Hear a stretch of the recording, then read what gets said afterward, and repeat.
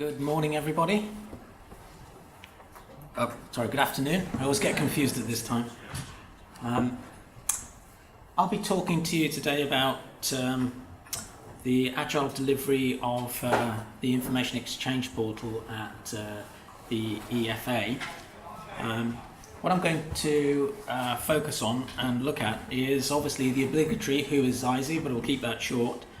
Then we'll look at the project challenges that are faced by development projects generally, and then how we took a different approach to move from a waterfall-based project delivery to an agile approach for project delivery. I'll look at the challenges that are faced by such an approach, and then introduce the case study, and we'll talk about how the delivery of the project happened at the EFA, and some of the benefits realizations that we've got. So first off, this isn't intended to be a sales pitch. You can read all the details, I'm not going to go through them, but this is just to let you know that Zaizi is an SME working in the area of digitization of unstructured information and the processes around that information. We operate using open source technology, so things like Alfresco, Drupal, Effisoft, and various other open source components. At the EFA, the two components that were primarily used were Alfresco as an underlying platform and Drupal as a user interface to deliver the portal. Xiety has grown through our ability to turn around projects and through a deep technical knowledge about these open source technologies. Until about 24 months ago, we'd been primarily working on a consultative basis in client teams, providing that expertise on a time and materials basis. However, as we've grown, we've actually started to deliver projects in their entirety, and we also offer managed services to customers where we provide the whole service in a cloud platform. So that's Zaizi.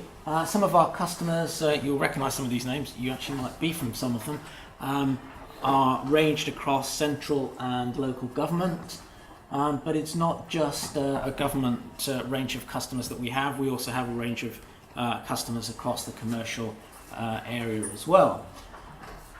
All of these organisations have challenges implementing IT projects and digitisation and transformation projects, and you can see from some of the work that people have put in to doing statistical analysis of projects. You've all seen these kind of charts before. I've just chosen one from McKinsey Oxford. You can see some of the issues in delivering projects, that typically there is a nearly 70% cost overrun on IT projects that are very large, and they don't deliver all the benefits that you expect. And there are some specific examples here. In 1999, the Passport Office spent 21 million extra over and above the cost of the system, because they deployed a system into 2 passport offices that was inadequately tested. These are all fairly standard case studies out there. More recently, the BBC canned Digital Media Initiative. This was a project that was supposed to digitise all of their production and all of their archives as well, which ran for 5 years. Which ran for five years and actually overran by £44 million, and that was completely scrapped, that particular project. One of the initial issues there was actually right at the beginning. It was Siemens that were delivering the project, and basically they were given a set of requirements, told to go away and get on with it, and there was no interaction back into the BBC. So there was a bit of a disconnect there between the users and the implementation team. The final one on here is out of the NHS, and it's the NP-FIT programme, which was 5 years late when again it was cancelled at a cost of 9.8 billion, and that is not a misprint. That is actually a B. So that was an expensive project. And the interesting thing about this one is that actually a lot of the things that you see at this conference were initiated by the lessons learnt from that particular program. So the idea not to give big, massive contracts to one single vendor, to break it up into smaller parts, the idea to use SMEs more in some government projects, the idea to actually build some more useful frameworks for purchasing, such as G-Cloud. All of these things came from the lessons learned to that particular project. What's this got to do with us? Well, if I look at one individual project within Zaizi that we've delivered using the waterfall approach, I actually see a very similar kind of thing, which is not good to be, for a vendor to stand up here and say this to you, but actually we do experience some of the same kind of things when we use the waterfall approach. You can see here that what we were experiencing is actually more of an overrun, but actually less of a benefit shortfall, and that's because we were actually dealing with that benefit shortfall by putting more effort in. But this is clearly not a good situation to be in, so that's a fail. We want to change that. So what did we do? We decided that we were going to adopt a more agile approach to working and delivering projects. How many people here are familiar with agile terminology already? Yeah, okay, so there's a few that are not, so I'll just spend 2 minutes going through this so that when I talk about some of these things, it'll be make a little bit more sense. Oh, I can't move away from the microphone, okay, so with a typical agile project, we deliver things in sprints. The sprints are 1 to 4 weeks long, and the way that the whole thing starts off is that we have somebody from the business, a product owner, who who decides what the features of the product need to be, and they put that set of features into a product backlog that you can see there. The highest priority features are pulled from the product backlog into a sprint backlog, and they go into the sprint planning where that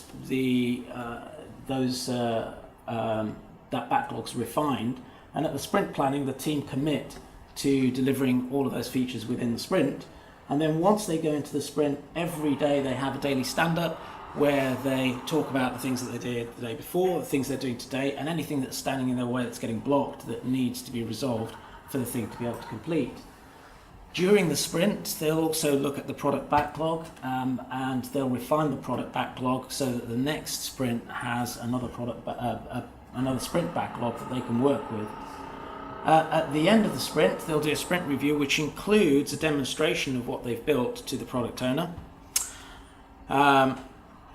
And then they collect feedback on the remaining features to the product backlog. Then they'll do a sprint retrospective. The idea there is to see what things worked, what things didn't, how they can improve and increase their speed of development. So the speed of development in this kind of approach is called velocity. How much can the team actually deliver during the sprint?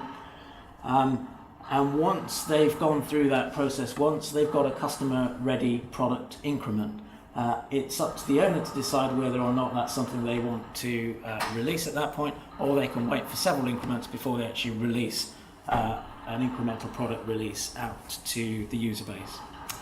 Okay, so that's kind of the thing that we were aiming to get. Luckily, we were already using some agile principles in our approach anyway. So for instance, we were already doing stand-ups. We were already working, cutting our development work into sprints, although we weren't using the full cycle. And we had the tools in place, and people were comfortable with the tools to be able to move to an agile type environment. So for instance, one of the software tools we use is Jira, which is very capable of dealing with an agile approach. The other good thing is that without exception in the organisation, everybody was very keen to go for a different approach and to use this agile approach. We did have some challenges. Some of the people in our organisation were not familiar with agile, so principally these were people like some of the QA team, the business analysts and the project managers. So for example, if we take the QA, the way we were doing testing is in the traditional waterfall approach. We develop something, get to a release, throw it over to the testing people will then test it, find a whole range of bugs, they'd document those in Jira as issues, they'd ship them back and then they'd get fixed. So they weren't used to that particular approach. So those people weren't particularly familiar with Agile. However, the developers were familiar with Agile, but they didn't have a common understanding of certain of the Agile terms. So they meant different things to them. So when one developer said, yeah, this thing is done, another one said, yeah, this thing is done, they didn't mean the same thing. So what does done mean? These are terms that were quite key to us in delivering an Agile approach. The other key term for us is ready. When is something ready to go into a sprint? When is something in the user backlog, a user story, ready to go into a sprint? It needs to be complete. It needs to be something that the developers can actually start work on. So that idea, that our notion of ready, has to be agreed by everybody in the team, because otherwise you get things going to the sprint that aren't ready and just cause problems. So that idea of something being ready and something being done at the end of a sprint were quite key, and everybody had to have a common understanding of those. So there were some things that were good for us, some things that were challenges, and there were other things which that's the way we work, so we had to deal with them. Our teams are globally distributed, so we have 3 offices, one here in London, one in Colombo in Sri Lanka, and one in Seville in Spain. And almost always we have people working on our teams that work in the different offices. So we've got the challenge of working with those multiple teams in an Agile environment. If you think you have to have a stand-up every day where everybody's involved, you've got to have pretty good communications in place to make all of this happen. One advantage it does bring is that we now have 14-hour-long days for development. So we've actually got longer days because of the time difference. The other crucial thing for us is that we have potentially multiple development teams working on the same, not the same project necessarily, but trying to deliver the same program or the same goal. So that's the other thing that we faced. So those were our challenges and some of the things we had in place. What did we actually do? So our approach, or my approach, was to go to our CEO, Inga, and get commitment from him that we were going to do this, because unless you get commitment from the top of the organisation, it's not going to work. So you really need everybody to be committed to the approach. And what I did next was to go out and look for some independent Agile coaches. And what we did was we interviewed a range of people, and eventually we engaged with a gentleman called Ade Chikoya, who's an independent Agile coach, and he came in and he worked with us in ensuring that we all had a common understanding of what Agile was. And I'm going to ask him to come up while I clear my throat and just talk a little bit about what he did with us, so you can get some feeling for that. One of the keys to sustainable agility is to ensure that everybody within an organization has a shared understanding of Agile. So with that in mind, the first step was to create a unique program for Zaizi which aligned with their vision. And to date, everybody within the organization has been through that training program. And when I say everybody, I do mean everybody. HR, sales, marketing, support, architectures, developers, testers, business analysts, product managers, program managers, heads of delivery, CIOs, CTOs, even the company directors. And that training was not just delivered in London, it's also been delivered to the teams out in Sri Lanka and Spain. So everybody within the organization is now on the same page as regards to agility. Now, the thing about most trainings is they tend to focus on the methods, the what and the how. Now we all know that that is important. However, at its core, Agile is a principle and value-driven approach. And these principles are key and part of the reason why Agile has been so successful. It's also the reason why right now Agile has evolved beyond software development and is successfully being used in areas such as manufacturing, in education, and investment, just to name a few. So the training didn't just focus on the methods, it also focused on those core principles.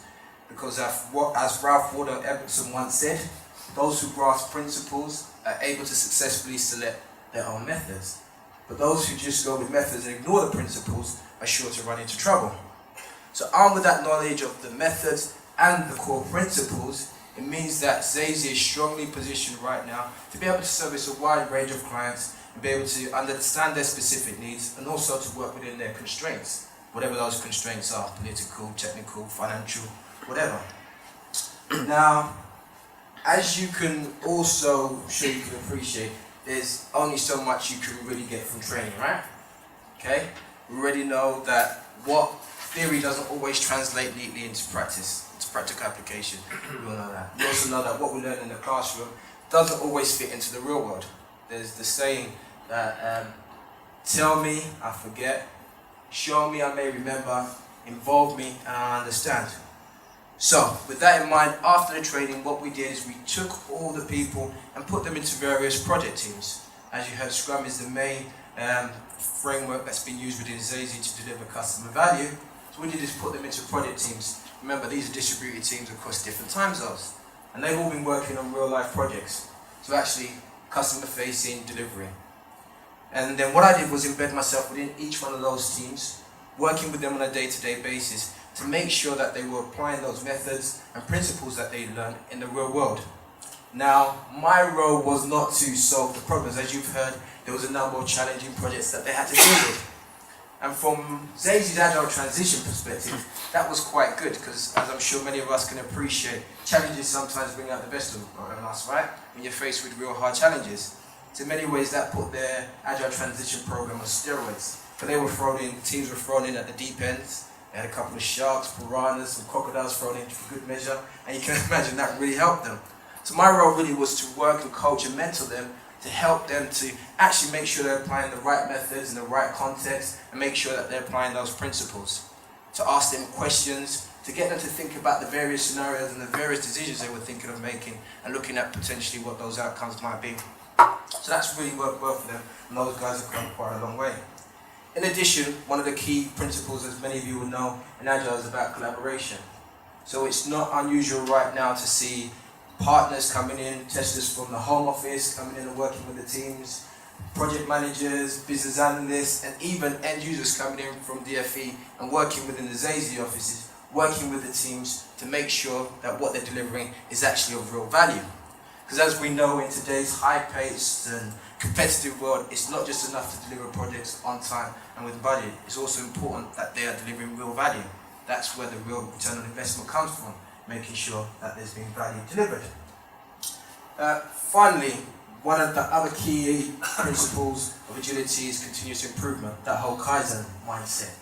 And as you heard, what the teams are regularly doing right now is, whether it's at the end of a sprint, 2-week sprint, weekly, sometimes on a daily basis, looking at what they've done and looking for ways that they can improve themselves, how they can go from good to great. And they're constantly challenging and reviewing what they're doing to see how they might be able to move forward. Okay? And that's currently what's happening, because obviously they want to push forward with that goal of being able to deliver better products and services faster and cheaper. So in a nutshell, that has been the Agile Transition Program today. And I'm sure that they will continue to be moving forward with a continuous improvement around that. So Xiety came in, he did what he said he did. and we, as he said, we were gung-ho to go in and start doing this. We started implementing Agile on a number of projects. So the question is, well, what issues did we face now that we're going down this approach, what issues did we face with customers? Well, the first one is that not everybody gets Agile. You can read this at your leisure, but essentially there's the notion from some people that Agile means that you just start coding. Just go in there and start coding. Well, actually you can't really. You still need to do some pre-work, which we call Sprint Zero. It's called by other names, discovery, inception, definition. So people call it different things, but essentially you've got to do this at the beginning, which is the thing that defines your standard project stuff like stakeholders and so on, but also what's going to be your minimal viable product, how you're going to work, what's the definition of ready, what's the definition of done. All of those things happen here. Now, once you've done that, the other issue that we're seeing is that it's quite challenging to get what's called a minimal viable product, which is the thing that we're working towards in an Agile approach, is the thing that's going to deliver the minimal product that's going to deliver useful benefit to the product owner. And the reason it's challenging is because people coming from a waterfall approach think, well, okay, if I need any changes, they're going to cost me because it's going to go through a change request process, so I'm going to try and dump everything into the product straight away, and you need to try and kind of pull that back and say, oh, no, you need to prioritize these things so that we can get to the minimal viable product, so we can start to get things released for you. And of course, because it's a learning thing, you need to continuously reinforce these notions and these concepts with the customer, or at least we need to do that with the customer. Okay, and there were some things that we noticed that were going to be critical success factors for this. The first is that it needs commitment from both sides. It's a team effort. So that by both sides I mean us as a system integrator and implementer and the customer. So it needs commitment from both. It's a team effort. The business people must work with the project team. It's not enough for business people at the beginning to say, these are all our requirements, go away, do your 4 3-week sprints and come out at the end of it and you've got a product. They've got to be involved in that whole process. And people have to be empowered to make decisions. If business people are going to work with the Agile team, one of the things they need to do is they need to prioritize, but they also need to make those decisions about, well, okay, what do I really need this feature, but it's not going to fit into this particular sprint. What can I victimize out of the sprint to put this particular feature in? And in order to do that, they've got to be empowered to make those decisions. So that's really key. And the whole thing is about being agile. So think agile all the time. If you can't see over the wall, then you've got to do something about it. And you've got to think in an agile way. How am I going to look over that wall? What can I do? So Agile then at the EFA and the Information Exchange Program, just a little bit on what the EFA is. The EFA was formed in 2012 as an executive agency of the Department for Education. They manage the funding for all state-provided education for 8 million children between the ages of 3 and 16, and also 1.6 million people between the ages of 16 and 19, and they've got a fund of about 54 billion that they distribute.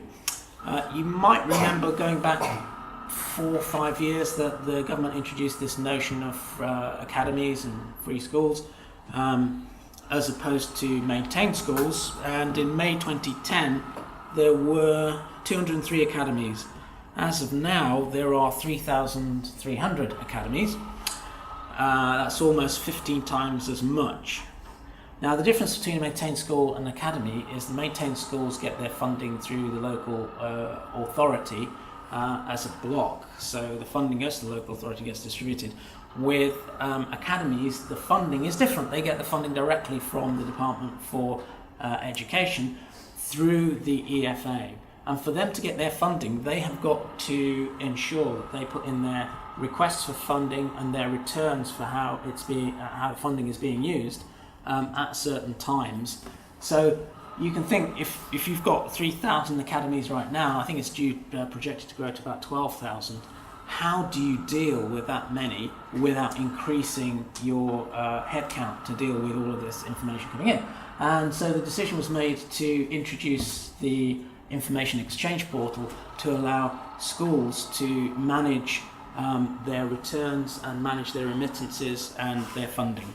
And this particular portal provides for a document exchange for their financial documents, digital forms, and also a calendar to tell them when they need to complete certain things by. So you can see Here, this is the delivered document exchange. Not very interesting, but it allows the school to go in and actually add documents to there and actually pull documents down. And they also have their calendar that tells them when things have to be complete by in order for them to ensure that they receive their funding. So that's the background on what the thing actually is, the business requirement. How the project teams were structured was like this. So we have the Agile teams, which are composed of really 3 different organisations. Zaizi is the implementation team, the EFA, who are the product owners, and the Home Office, who are providing testing services. And they were running as an Agile team in the way that I've described. Aside from that, we had EduServe and Texunatech providing infrastructure, and you can see that they're not part of the Agile team, so they are outside. So we've got a dependency on them as an Agile team for infrastructure, so it's going to require some coordination and management, and the IT group at the EFA provide that program management and coordination. So the Agile teams are actually a multi-collaboration of these different teams. And the outcomes of this was that we actually started work in March of last year, and up to the end of December, we'd actually delivered 7 different projects using this approach. And because it's an Agile approach and we're getting continuous builds and continuous releases, we'd actually dropped in 12 releases into the information exchange portal to incrementally add new functionality over time. This tranche of the program is due to finish in March. And we've got another 3 release drops coming at the end of January, where 3 different project teams are going to be integrating and delivering another release into the information exchange portal. So the benefits of this approach.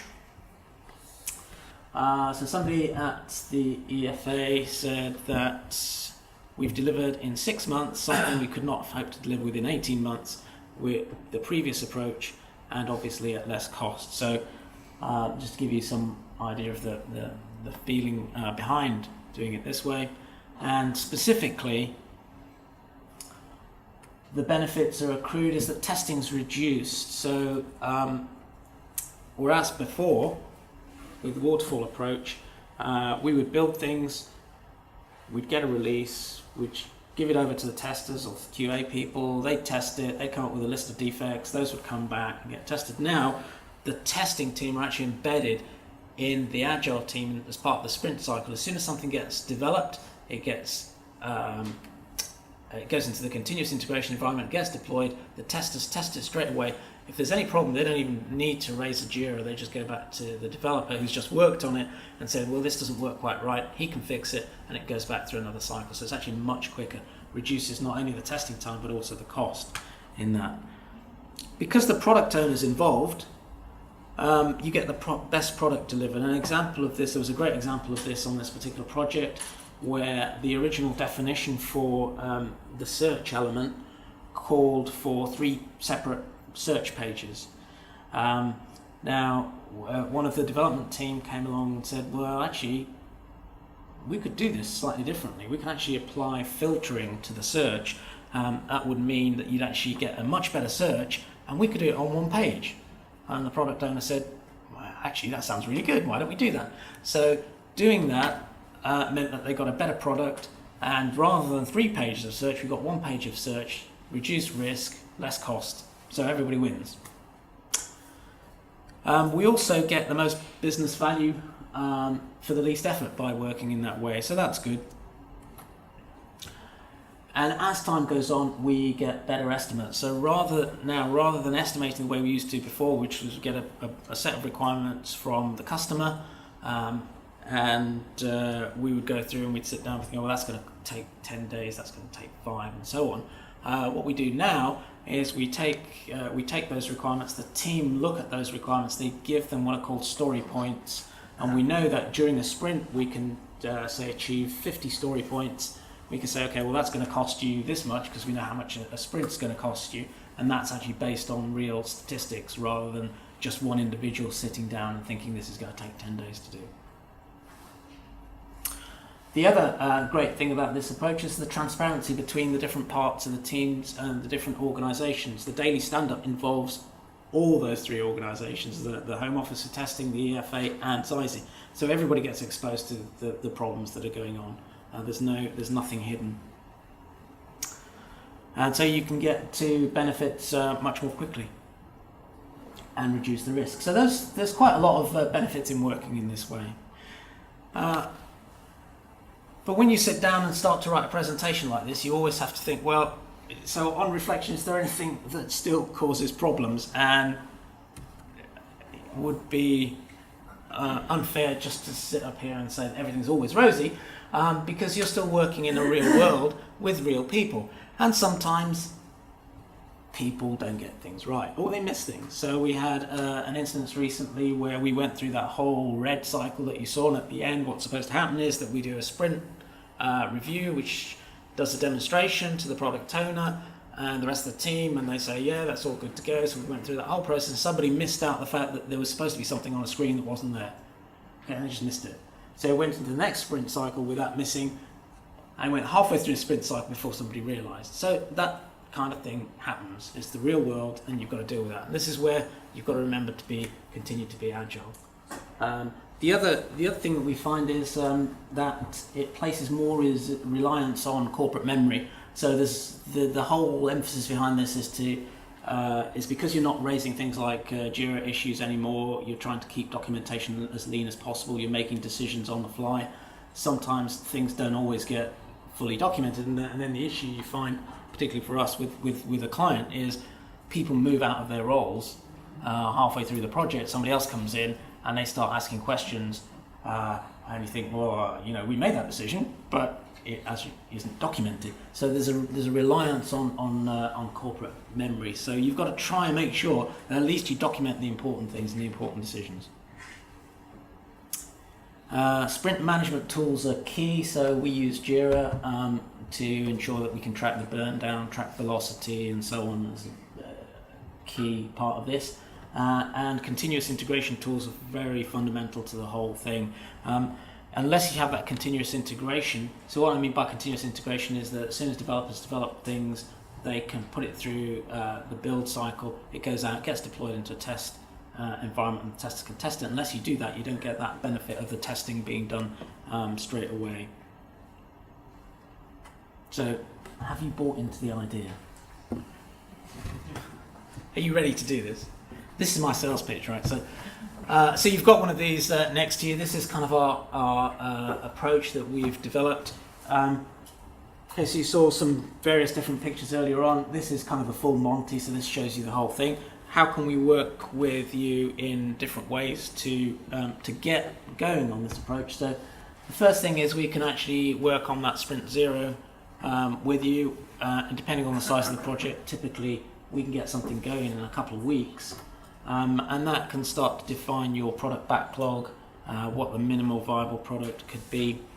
And then from that, we can then move on to actually looking at a small piece of work that may be based on, say, 3 2-week sprints to actually get you going, get the feel of how this whole thing works. And part of what we can do here is we can actually also do some of that training that Adley has worked with us on, so that we get your team up to speed in the same way. But it's fundamentally key in this kind of thing that it's a joint effort. We're not trying to take everything away from the organisation. It's very key that the product owner is part of the business, and you get your changes for free. Well, not exactly. You have to sacrifice something else, but the whole idea is that you get what you want. Just want to let you know there's no dash hands were harmed during the making of this presentation, and we're now done. So thank you. We're here all day, so if you want to ask any questions, please.